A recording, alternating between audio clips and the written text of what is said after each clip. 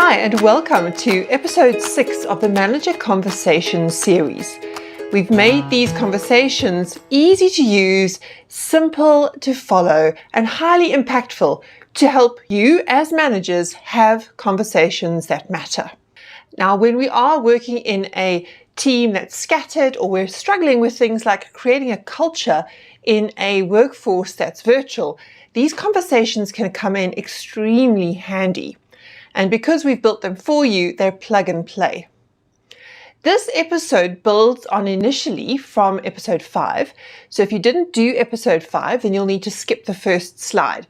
But the first slide really does ask you to circle back on the commitments and actions that came out of the episode 5 team effectiveness conversation. If you haven't had a chance to look at that, you might want to just either do that one first or put that in another space, but reuse this idea of follow up and follow through in this conversation series. So once you've circled back on some of the actions and recapped, we've given you some coaching questions to use to push for accountability and to hold people accountable for actions. You'll move into this adjectives exercise.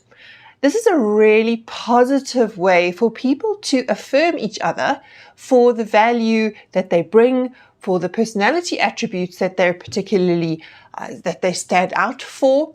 And it really just leaves people feeling like somebody noticed me.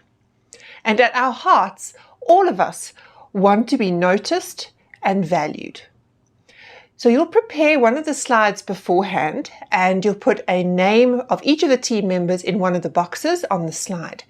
And when you set up this exercise, you'll invite people to use the set of adjectives that we've created for you, or any adjectives, and just spend 5 to 10 minutes thinking about the other people in the team and putting adjectives in their box.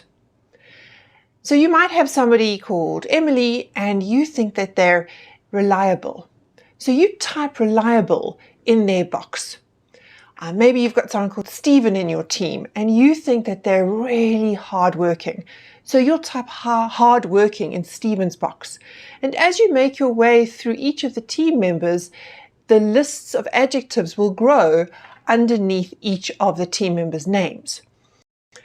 And that's a great experience just simply because you're thinking about these other people one by one, and everybody else in the team is doing the same thing.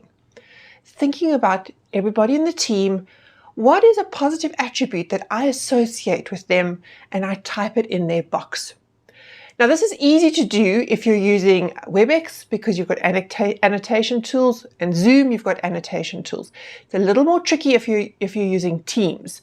So if you are using Teams, you might want to share a Google Sheet and give them all access to a Google Sheet that they can collaborate on, or use a tool like Mural where everyone can collaborate at the same time and co-create this one slide. Teams just doesn't have this option yet, unless you wanted to try it on a whiteboard. Depending on your team skills, you might want to think about some of those options as well. You could do this person by person as an alternative way and create a word cloud per person. You'd say, right guys, thanks so much for looking at Stephen. Let's move on to Joey. And you say, right, we're now going to put adjectives up into a word cloud for Joey. And everybody just types into that word cloud, which you can create on Teams, or you can use another word cloud software to build it.